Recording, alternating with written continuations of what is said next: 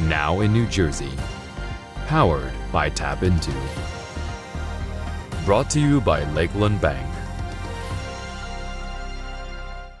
Thanks for joining us on this Tuesday, January 25th. I'm Kristina Behr. A Board of Education meeting abruptly ended in just 30 minutes when an attendee wouldn't wear a mask. TAPinto Cranford talked to that attendee after Monday night's meeting. The woman says she has documented health issues and calls what happened, quote, cowardly and a power play. She also called the state's executive order requiring masks in school buildings unconstitutional. The Cranford Board of Education says the woman was offered to take part in the meeting virtually and refused. The board said it decided to end the meeting rather than contact the police in order to comply with the executive order.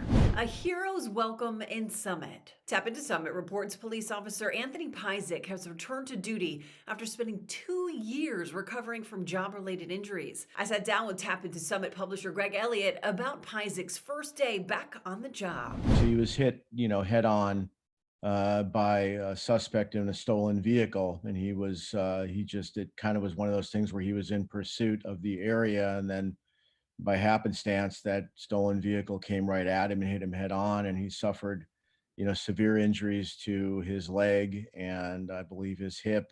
He's had 7 surgeries, I believe at last count. He continues to go through rehab and physical therapy and that. So he's not 100% by any means, but I think the combination of kind of what's been going on in the world the last year and a half or 2 years, what's been going on unfortunately recently with law enforcement. Yesterday there was just a sense of unbridled joy that I saw with the department, the mayor.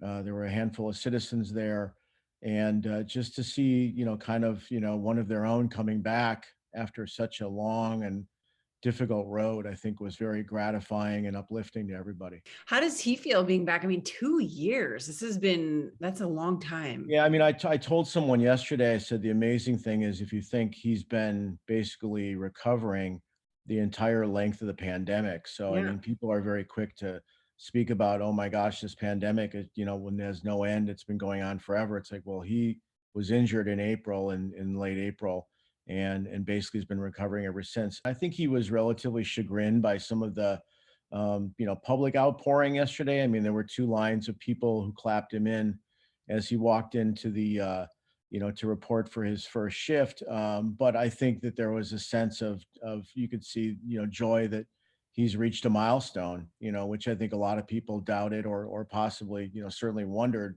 whether that would happen. And a lot of people would have said, I'm done, or I'm not going to be able to return. And I think it was his motivation that was fueled by the outpouring of love and support from the community and his fellow officers. For more on this story, check out TAPinto Summit.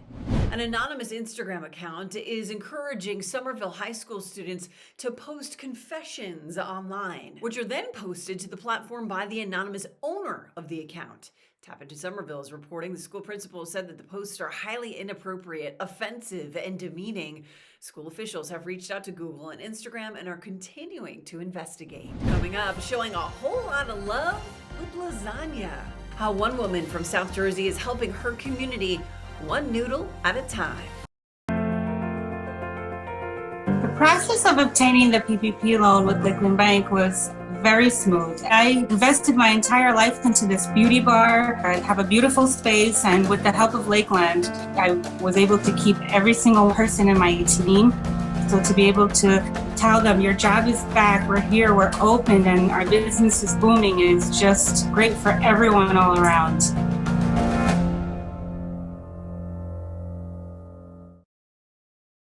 Welcome back. Showing some fellow community members some love with lasagna. TAPinto Boardingtown reports that Jasmine Richardson is a volunteer at the Lasagna Love South Jersey chapter. Created by a mom in Hawaii, the organization's 20,000 volunteers, like Richardson, prepare 3,500 meals per week nationwide. The South Jersey chapter is looking for others to get involved with preparing meals for their communities and is spreading the word at the same time to people who may be in need of a meal delivery. To receive your local news from TAPinto in your inbox every day for free, sign up at tapinto.net/enews. Thanks for joining us. This has been Now in New Jersey, powered by TAPinto, sponsored by Lakeland Bank.